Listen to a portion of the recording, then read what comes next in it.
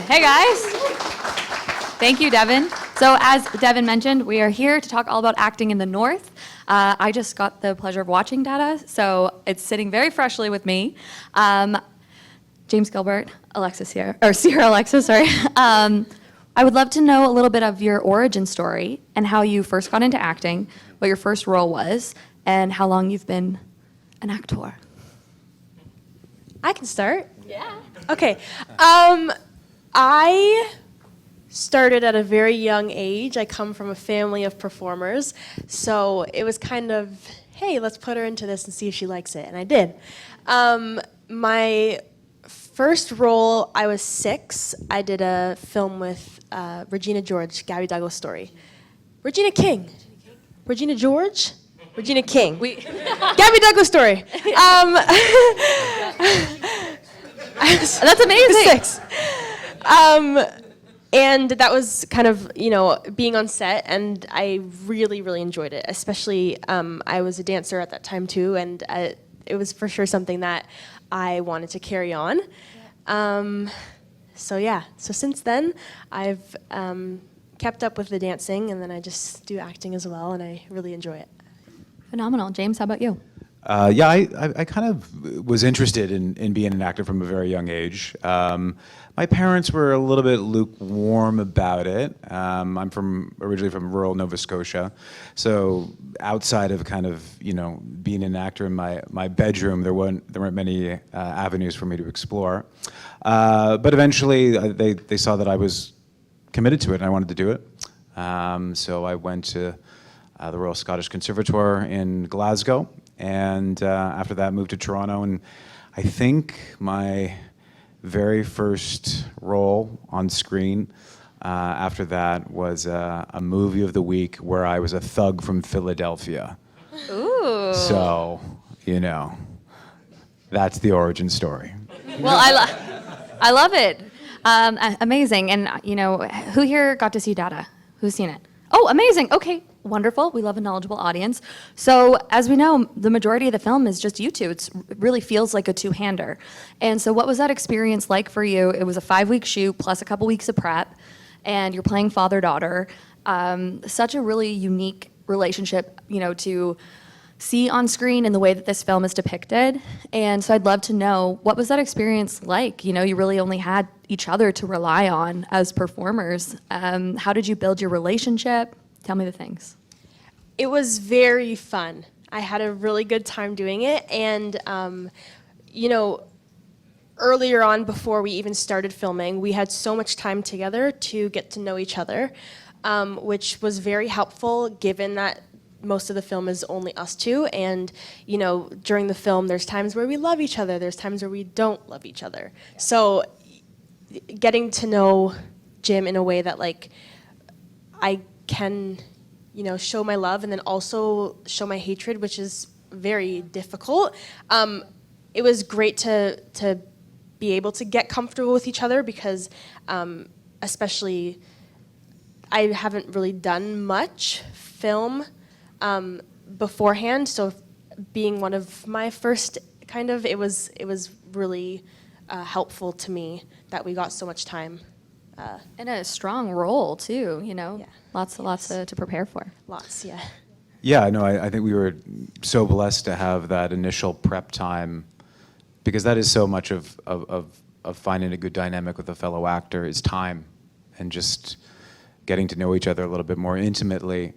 And it was just one of the best experiences of my life to be able to work with Ciara and have our relationship deepen over the course of the filming process.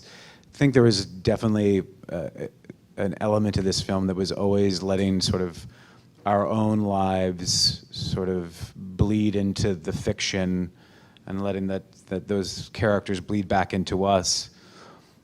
And so by the end of the filming, there's a very, very deep bond of working 14-hour days, 5 days a week, going into sub-zero water together, injuring yourself, and it is, your relationship with your director, sure, but at the end, it's really just us, and I mean, I feel like I have a friend for life here after that, and you do not get to say that very often as an actor working in television and film. For sure. And I mean, mental health is such a through line throughout this film and shown in so many different ways. And I think when you are in a performance that's primarily a two-hander, you really have to trust your scene partner and all of that. So when you were first getting to know each other as performers, were there certain conversations that you had that helped build that relationship? Did you guys play 20 questions? Like how I think it's so hard in a day and age where we're not, we're so connected on social media, but we don't really talk to each other in the way, and I think that's something I love. I am an actor, but also as a director and producer, when I get to watch actors and work with actors, it's to see that type of connection happen so quickly is so beautiful, and I wish we kind of took that into our everyday lives. Yeah. I would say first getting to know each other. Just the basic kind of stuff like where we grew up and, just the simple questions, just kind of getting to know each other. But honestly, a lot of our conversations and stuff was just kind of playful. Like it was just, in the moment. Nothing too crazy. We did, Well, no, we went grocery shopping together, and made dinner together, and you're constantly just doing that little playful thing where you're basically improving, right? You're taking the reality that you have right between the two of us, and then you're pushing the improv out a little bit. Yeah. What does she come back with, or vice versa?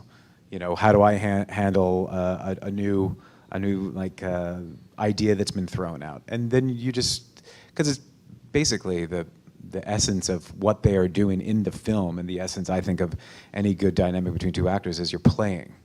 Yeah. And that kind of play, you got to feel pretty safe to be silly. And I think that in the film, I think what we did achieve quite well is that you have a father-daughter who are pretty eccentric, pretty codependent, and have this reality and world they live in. This is what they do. They speak in kind of nonsense and play games all the time. Like, what they have is so unique to themselves.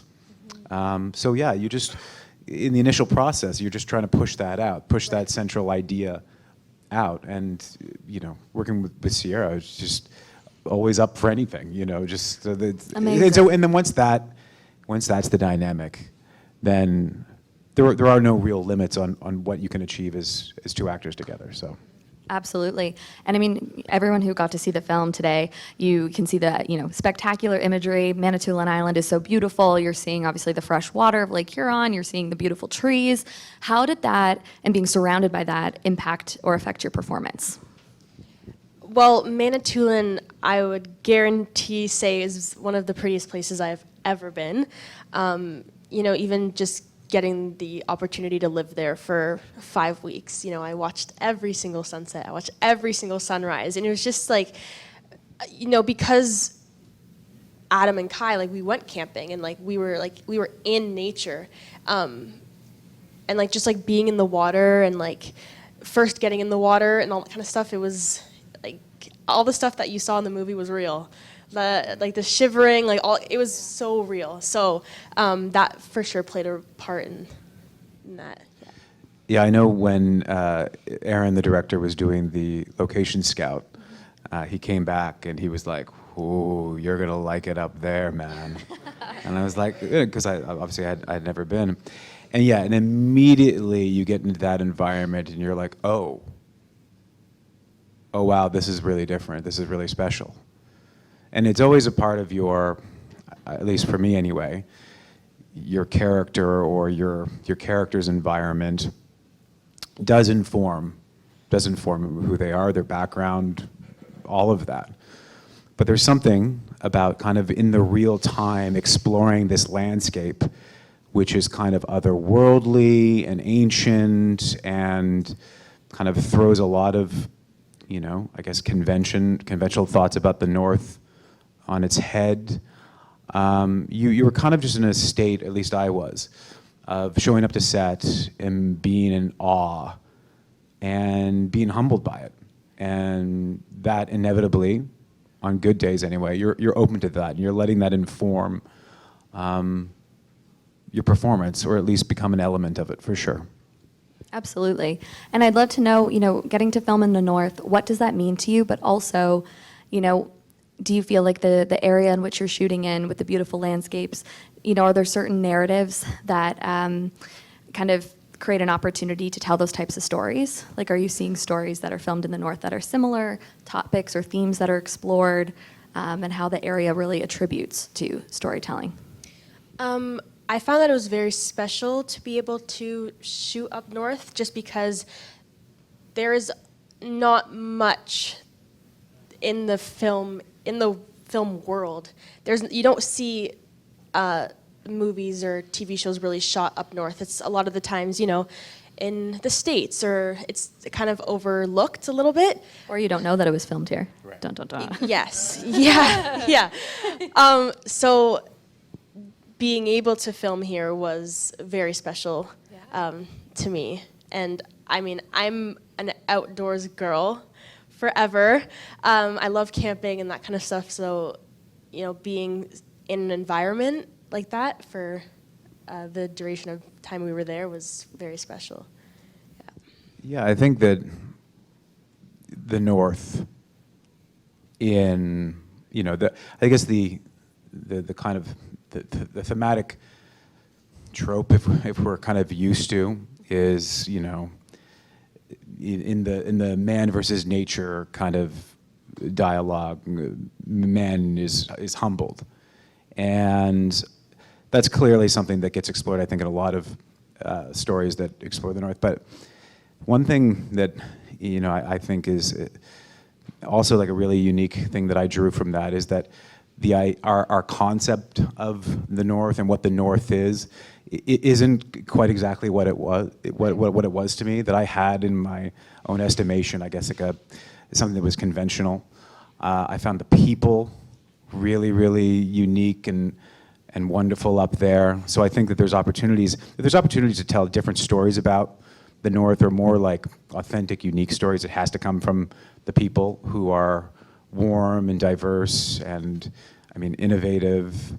I think one thing, though, I think that we explored quite well in this film is that the uncontrollability of the world. These are people, and like a lot of us who live in southern cities, everything is about taming the environment, corralling the environment, bludgeoning the environment, and making profit from it, utilizing it to our own benefit. I think that this film tried to give you a bit of a context of like, where does all of that raw energy come from? Well, it's usually from more northerly communities, and giving a little bit more of an insight into sort of our ignorance of where our wealth and our quality of life comes from in the South. I thought that was so interesting while watching the film too. Such a beautiful place and gorgeous landscape, and then obviously seeing a massive power plant. I was like, oh, this is so messed up, but in such an interesting way, to highlight narratively. I'd love to know. I'm a huge fan of both of your performances in this. What was it like building your characters, or Adam and Kai respectively, and do you always create a backstory for your characters that's not on the page? If so, how do you go about doing that? Maybe you could share a little bit of insight for us.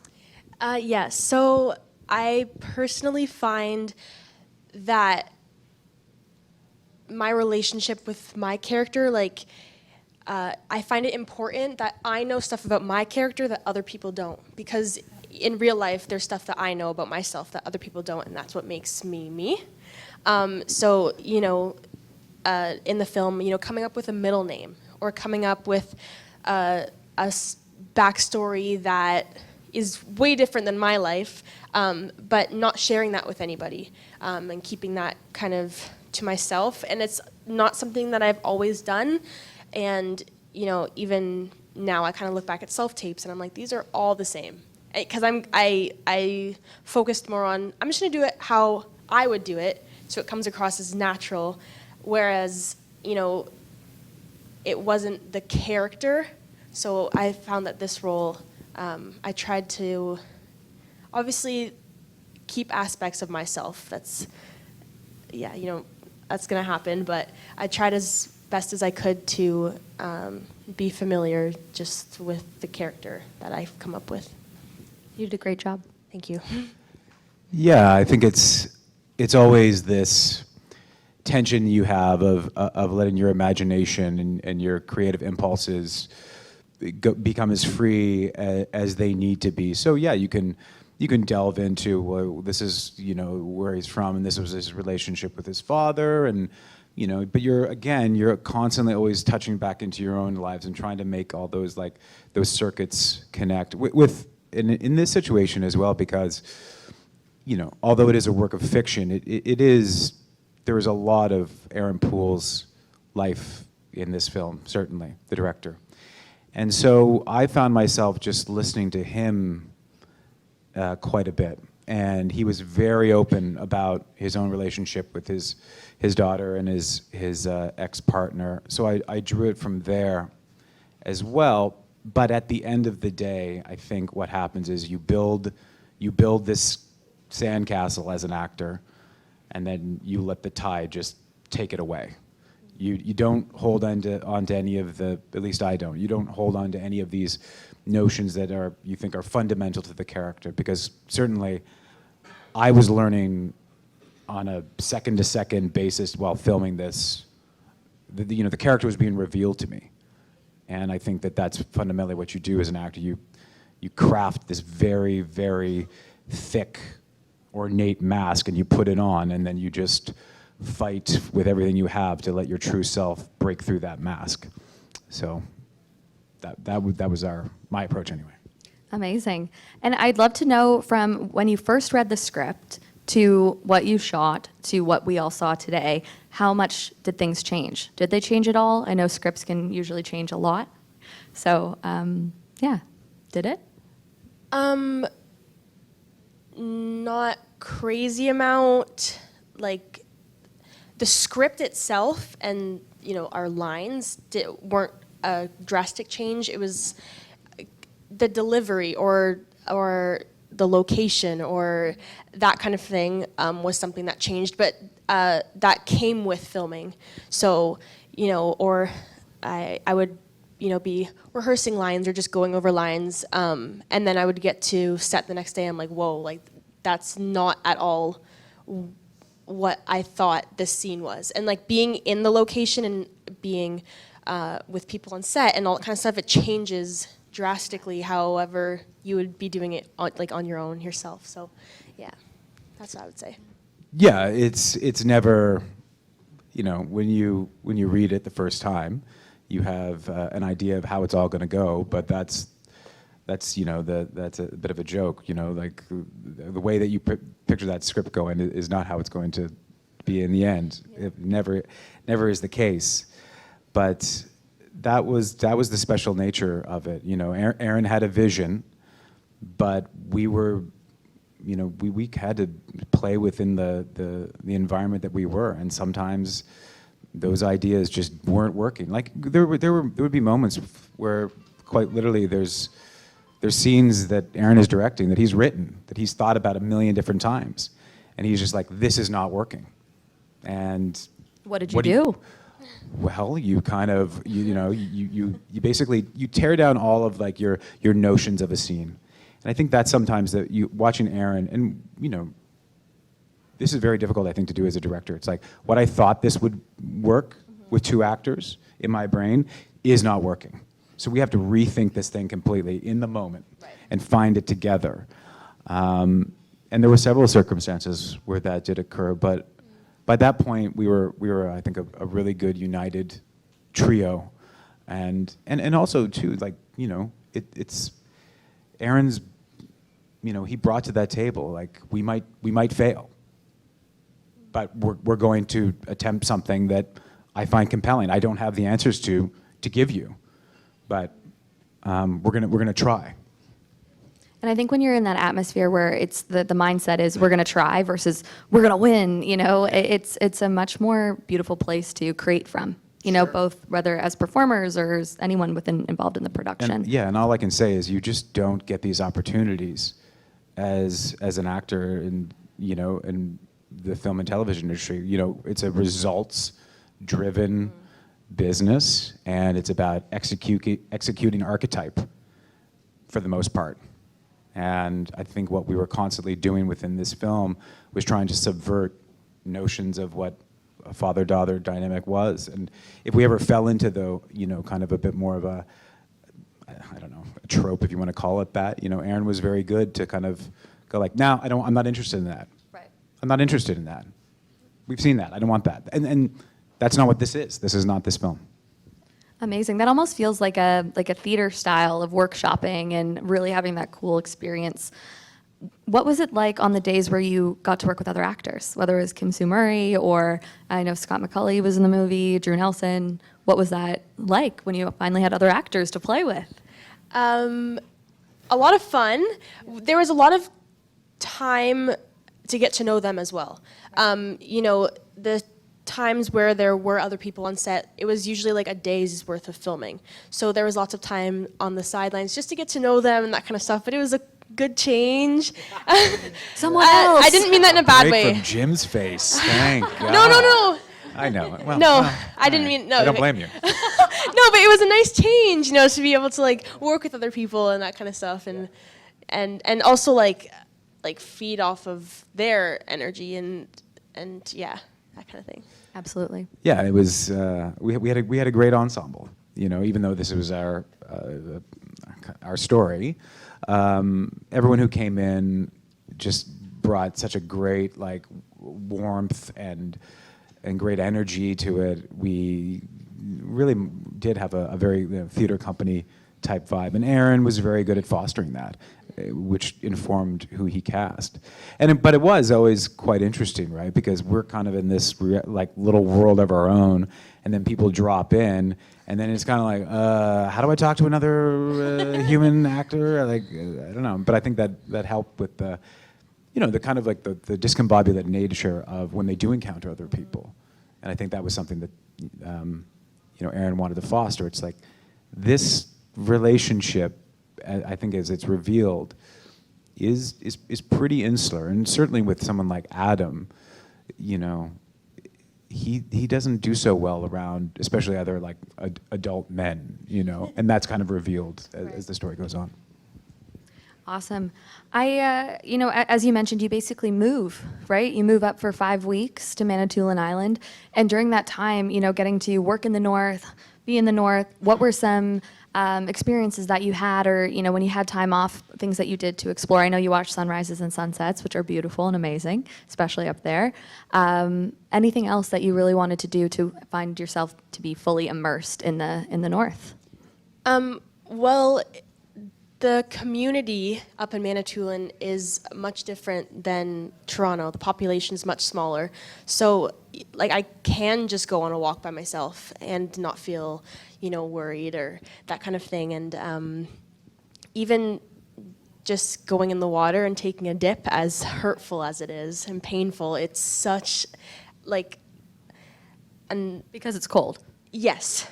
Yes. It's such a unique experience because a lot of people don't get to do that. It's so, you know, Manitoulin's like about 6 hours away from the city, so it's not a destination spot that most people plan on going to. But I love the quietness and the chaos. There's no chaos there. It's always peaceful, which is not something that you get in the city just because of the population and all that kind of stuff. So I really enjoyed that. Amazing. And James, how about you? Yeah, no, I was just so blown away by my time there. I found it's an inspiring landscape. People are wonderful. You know, there's of course there's the Cup and Saucer, I believe, is the famous hike up there, which was one of the most beautiful hikes I've ever been on.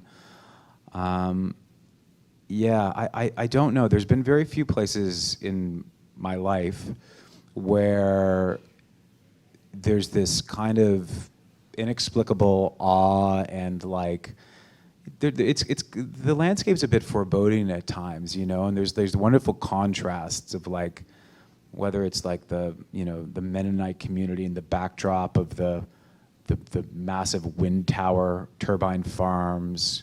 You have sort of these like these flatlands or salt lands, I guess, as you're driving into like the main town there. Yeah, you were constantly in a sense of like, where am I? What is this place? And I love that. I love that sense, that kind of curiosity and wonder and dread, maybe kind of mixed together, is a great thing to fill your heart as an artist. Absolutely, so much to pull and draw from. I was curious, there's obviously so much of this film is shot outdoors. So was ADR a huge part of the post-production process? Did you come in for ADR? What was that like? After the production, we both came in for ADR. Did you? Yeah, I went in, yeah. Oh, okay, yes. We both went in for ADR. There was quite a bit that needed to be done just for sound purposes. Totally.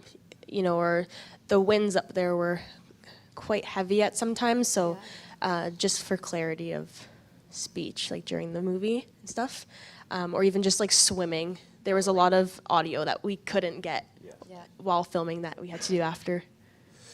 On my end, I was pleasantly surprised that my ADR was quite minimal. Oh. So credit to the sound team on my stuff, because ADR is not my favorite thing to do, especially when you're doing pretty, rigorous, exertions of energy, or trying to save your drowning daughter, and you're like, we can't use any of that, really? You're kind of like, okay, here's my best effort. So yeah, credit to the sound team, which were great, and just the sound in general. Getting to hear that movie in a screen like we saw it this afternoon, just the sound design, which was really integral for Aaron to develop, and no one quite understood what he was going for, but he really achieved something special, I think, with that sound design. Absolutely. Even the moments of silence, or some of the still frames, and you're kind of watching, you're like, what is happening? Like you become ultra inquisitive, based on the sound, and it really, I think, just shows how collaborative filmmaking really is, based on performance, but also sound and score. And it was so interesting to me because the film felt so full, even with fairly limited production design. Like everything, you guys were the focus of everything, and we were really, we had to explain so much to ourselves about what we thought the film was. And I liked that things were open-ended in certain moments, including the ending. For you both as actors, did you have an ending in mind that you held on to while filming this? Because I know the ending of the film is truly open-ended. My thoughts ending the movie and then my thoughts watching the movie were very different. Filming, I really had no idea what the ending was. That was something that I was hoping would eventually come along with. But I would say watching the movie, to me, the ending feels like the beginning of a relationship that was overlooked. It was never, I don't want to say never right, but it was never secure. Right. And it just feels like after the trip, they just found out so much about each other, and there were so many ups and downs, and I feel like the ending, they're just like okay with the relationship they have, and so just that's what it felt like to me. Yeah, although we were never directed into sort of certainties, you have to make calls. Totally. As an actor. So I made decisions throughout the process and the story that I just thought would fill my heart the most, or create a sense of disquiet. So I was not making. I was trying to make as toughest decisions as possible, or toughest calls as possible, and just seeing how I work within that. And if it needed to be, dialed back in the moment. Like my choice wasn't necessarily working. Right. We adjusted. But that was usually where I went with things. I was just like, okay, well, what's going to shake me the most? And make that choice. Amazing. I think most directors, do we have any directors in the room as well? Any most producers, filmmakers? Hello? Awesome. So maybe you can agree with me on this. I think for directors, you would rather your performers be at a 10 and have to pull them back than them be at a 2 and be like, come on, give us more, you know? So I think that's a really awesome place to be. You know, if you were able to say to people, or maybe pick a couple things that you hope people take away from the film, what would that be? I would say that the key to a relationship is not security. I feel like a lot of the times in relationships, it's like, well, if we don't get along, then we're not compatible. It takes time. And I feel that it's very important that even after arguments or after hard times, like that's when you need each other the most. And that's what I took from it. I feel like that's what I would like other people to take from it, I guess. That's beautiful. I love that. James, how about you? With anything that I ever do, I just hope people are moved. That's why I decided to become an actor. I remember being moved as a kid, like profoundly, by actors, and that's all I've ever wanted to do. And I don't think you need to like understand it. I don't think you need to kind of like, oh, well, these are the themes and this is the message I want. I frankly don't care. That's not really my job. I just hope that people are stirred, and maybe something starts to a light in them that they wrestle with and don't know what to do with, because that can be a good place to be as a human. Absolutely, and to start thinking of things differently and raising questions. I think, so many performances can do that, and the good ones do, and you definitely did that for us. I'd love to open it up for Q&A. Hello. First one up. Well, we're going to get you a mic, my friend.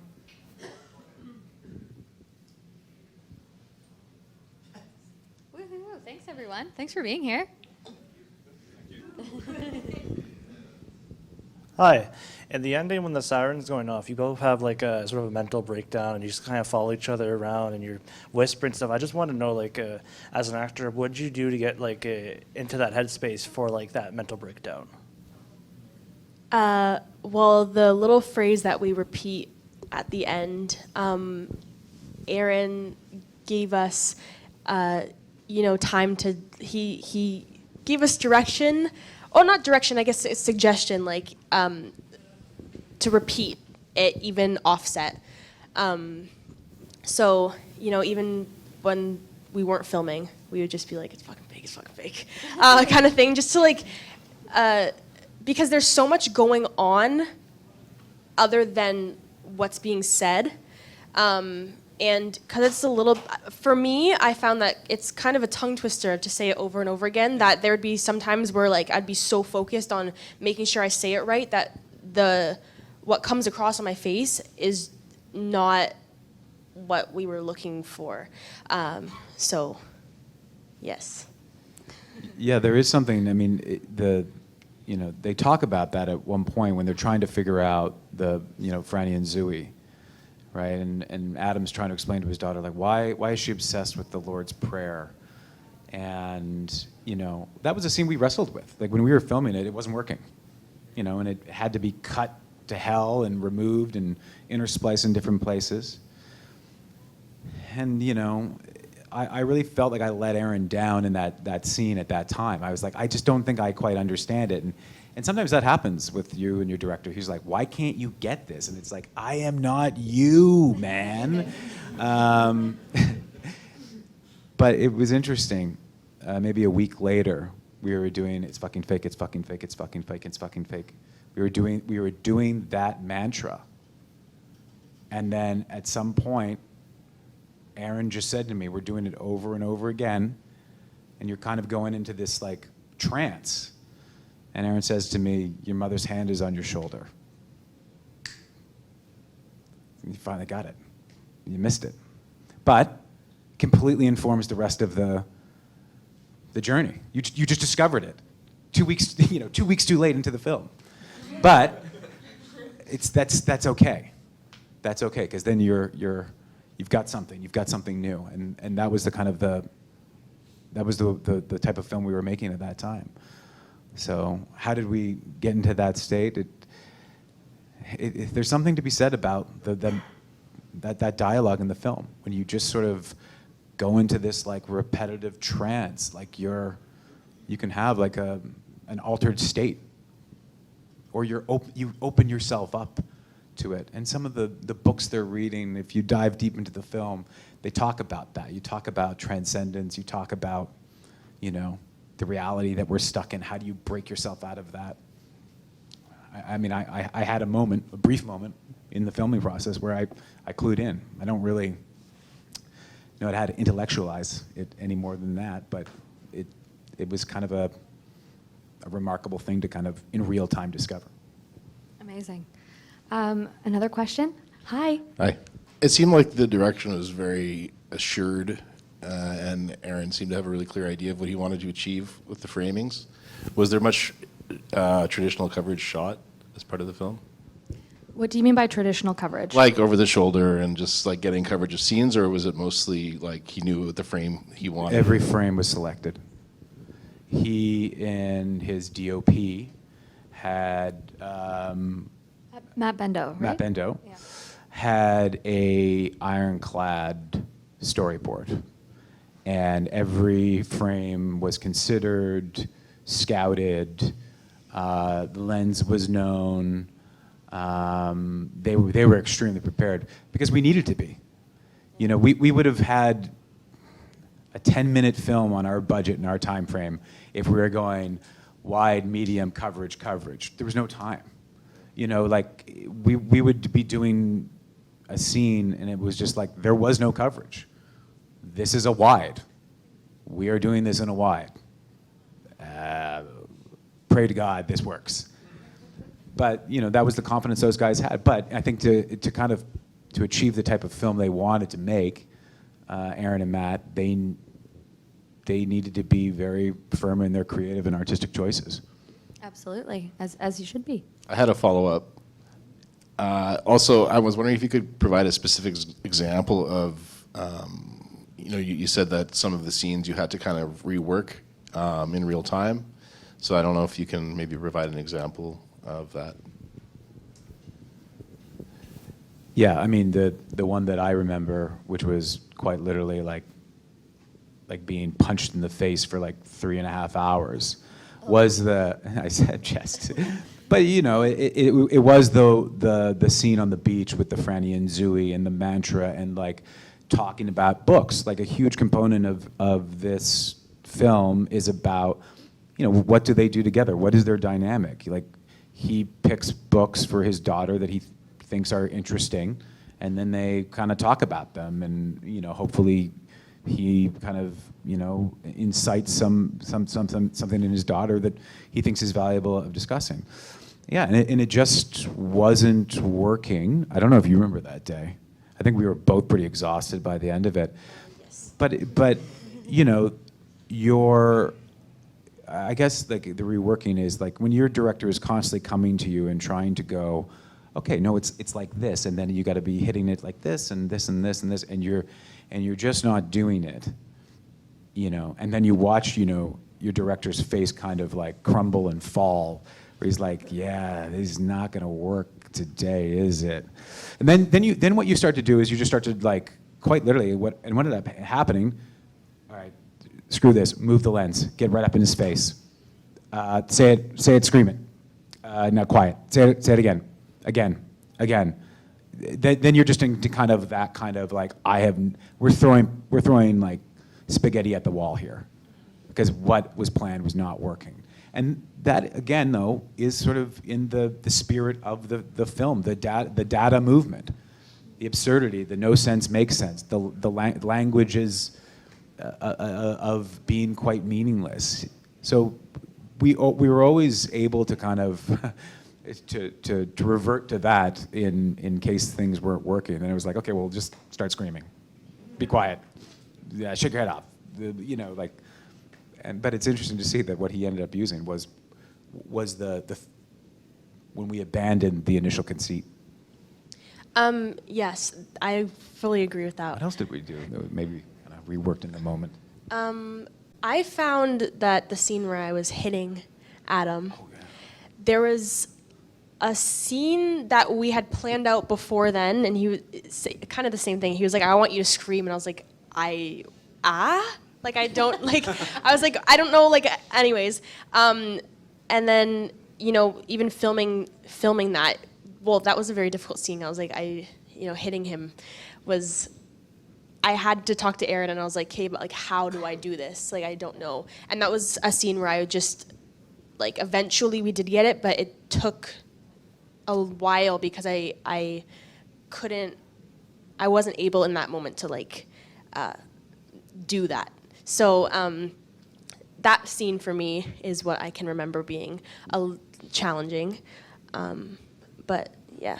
Yeah, I mean, I see so. and then there was just the days where we were in the water.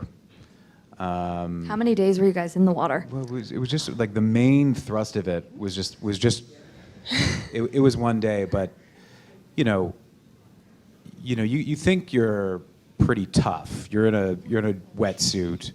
You've got like the scuba guys around, but at that time of year in Huron, I guess that something happens where the cold water surfaces back up, and like my legs at one point gave out, and I was starting to lose consciousness. And then you're kind of like, okay, well, Jim cannot faint in the water, or this day is done. So I remember, we'd be in like the tents right on the, the shoreline, like trying not to let your anxiety, because I don't know if anyone's ever been into cold water. Your body basically sends your mind into a panic attack. Get out of the water. Yeah, don't go back in there. Yeah. But we need to go back in there because we do not have enough coverage, and just sitting down with Aaron, like, as he's processing, if I lose him, what am I going to shoot? What am I going to shoot? And then us kind of talking to each other, being like, can we do this again? And like, like Ciara is, how old were you then? Like 16. 16. And I'm like, this 40-year-old guy going like, I don't know if I can do this. And she was like, you can do it. And I was like, okay.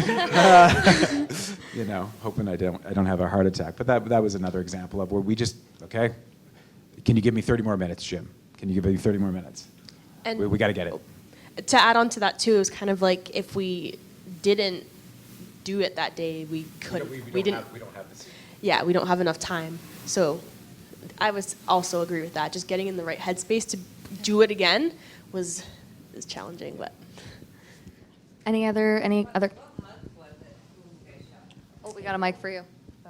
What month was it? October? We were late October. Late October. It was snowing one day, actually. Well, we were. That scene at the end is not CGI. That is real snow flurries, and we were in the water 2 days earlier. And again, I think it's like, I'm from Eastern Canada. Like, I grew up in the Atlantic, and it's a different beast, though. It's just like you're swimming in a giant cocktail full of ice, and it's just like so. It just takes your breath away, and makes you so disoriented. It's extremely humbling. And there were even a couple scenes I know that you had to do a polar bear dip, and then there was a scene that I was in a bathing suit, so we didn't have wetsuits. So that was challenging. Yeah. Absolutely. Hi. Yeah, I've heard of some movies where the director will just give the general gist of a scene instead of having the exact script and monologue. Have you ever had to deal with that, where the director would give you the gist of the scene and the dialogue, and then you leave it up to the actors to somehow do that and shoot that between themselves? Or have you done that, or would that be something that you would feel comfortable with? Well, throughout filming, Aaron was very, I don't know if flexible is the right word, but he said, however you feel like you need to do it, do it. So there was no strict, like, I want you to do it this way, I need you to say it in this order. It was kind of just like, how would your character say it? And and then we would do it. There was a lot of space to put our own twists to it.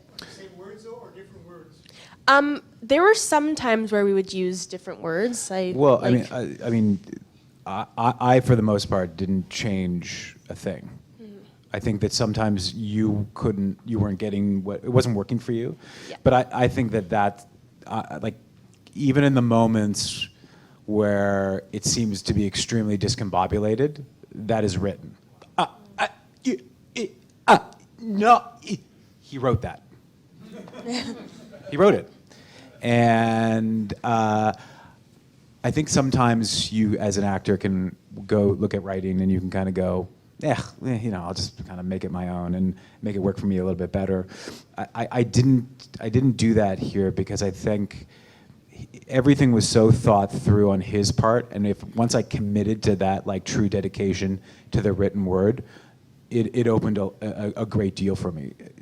Certainly there are certain filmmakers that were improvisation on a central idea or a small idea. I've done that before, and it can be really interesting, and it can be really, you can make really cool discoveries. For the most part, although we were given room for interpretation, the story is so intricate and was so rich. I didn't dare deviate for a stutter, because there's, at least I look at what we have on screen there, and I'm like, yeah, I figured out what the hesitation was. I had made that work, and then that kind of, for me, informed more of what this man was going through and who he was. Hi, I just wanted to say one thing about going back to 2 questions ago. You said at the end there was snow coming down. When I was watching it, I literally thought that was supposed to be like ash from a nuclear fire. That was a very serendipitous thing that happened. Yeah, thematically that is like what could be interpreted. Nuclear winter, ash, that kind of thing. It was just what nature was doing for us that day. Hi. Hi, welcome to Sudbury. Big fan of moonshine. And in Northern Ontario, we paid attention over the years what's happened, what's changed with the industry, in the film industry in Nova Scotia and out east. So I was wondering if you have any insights for our industry here in Northern Ontario based on your experiences out east in particular. Yeah, I think that they're kind of the industry in Northern Ontario and in Nova Scotia are centered around Halifax. I think they have a lot in common, right? The potential is massive. The talent is there. And the landscape is so versatile and the people are so innovative that it's really the sky's the limit of where this community can go as a film center. I think that what has to definitely happen, though, it's an industry that has an incredible amount of spillover into everything, right? So for every film dollar spent, 20 more gets spent in the community. It has huge potential, but our governments and our civic leaders need to sort of recognize that potential and see it as being an industry of the future, and having creative people in your midst is an asset. All of those decisions, people need to get behind that and be aware of the huge benefits of having a thriving creative film industry. It's the hallmark of a great city, a great area, I think. For sure, and I think the other thing, because there are so many wonderful initiatives. Look at what Devin's done up here in the north, and I think, putting the pressure on writers to not only think of, maybe where we could go shoot this up in the north, but actually basing stories here, actually writing stories to emulate. So we're having Canadian cities or towns, whether it's, Toronto playing as Toronto or Sudbury playing as Sudbury. We need to really inspire people to write stories for up here so that they're not necessarily cutting and pasting and kind of doing an arts and crafts style of trying to get their film made. I think we got to put the pressure on creatives too. Yeah, I think, and I would echo that, and I think that you can see that when you tell stories that are specific about specific groups of people in specific areas, they have a universal resonance. It's when things are a bit wishy-washy and where are we and who are these people and what is this story, that's when it inevitably lands with a thud. So, for example, Moonshine, which is a series that I did for this CBC, that was hyper, based on this village in Nova Scotia called Hubbard's. And I think that's why it resonated with people. It wasn't your traditional kind of East Coasty kind of, it was kind of raunchy and raw, and that's kind of what that area of the Maritimes is like. Amazing. Gordon, do you have a question?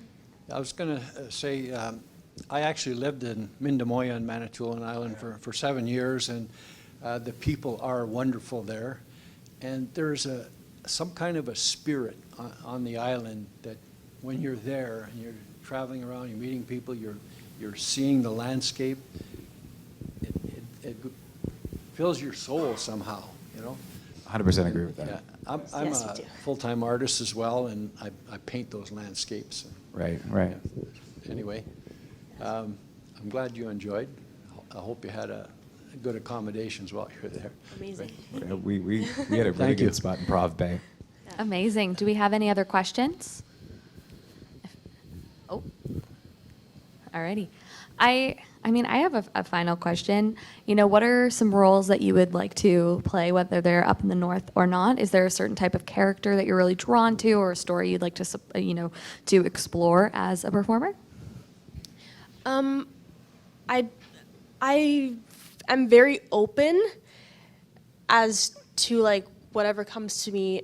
I will do my best to take on that role. We're actors. We're like, please give us a job. Exactly. I would say that I love action. That'd be so cool to play a superhero, or I don't know, that's the sky's the limit. I feel like that'd be so fun. But I'm not not picky in any way. I feel like anything that I Good attitude. Thanks. I just feel that if it's meant to be, then it'll be, and whatever comes to you, yeah. You are awesome. James, how about Thank you? You're awesome too, by the way. I didn't mean, Thank you. I think as you get older as an actor, you're looking for roles that maybe so much of what we read is, and what we work as actors, we are working in formula and archetype and a version of a lawyer who we've seen a million times, and the hard cop and the courtier and all the rest of it. What you're always longing for as an actor is an opportunity to do what we did in DADA, which is to kind of portray unique, flawed, eccentric human beings with heart. So much of what we read as actors and what we go out for, everyone's so smart. Everyone speaks so quickly. It's very rare that you'd read characters that have heart and, guts and soul. So that's just what I'm always longing for and searching for. And all I can say is that, when you get to do a film like DADA, when you get to play a character like Adam, you maybe get one of those in a career. So I am so grateful that I got this opportunity to do it with you, and that I got to share it with all of you, because it's just, doesn't happen every day. Oh, amazing. Fantastic. And where can people find you if they want to find you? Like Instagram? Oh, Don't give us your home I was address. my house. I was like, do not give us your home address, Ciara. Social media, Ciara Alexys. CIARA-ALEXYS. That was like the most perfect performance of saying your Instagram handle possible. Thank you. I'm a Luddite, so I'm not on social media, but most days you can find me at Capital Coffee at the corner of Queen and Dunn chances are, if I'm not there, someone will know where I am. So come and say hi. Amazing. And I'm at Mariah Owen, MariahOwen, across all platforms. Thank you so much. And please give it up for our amazing panelists for acting in the North. Woohoo! Thank you very much, guys. Thank It's you. really special to share the film with you. Amazing.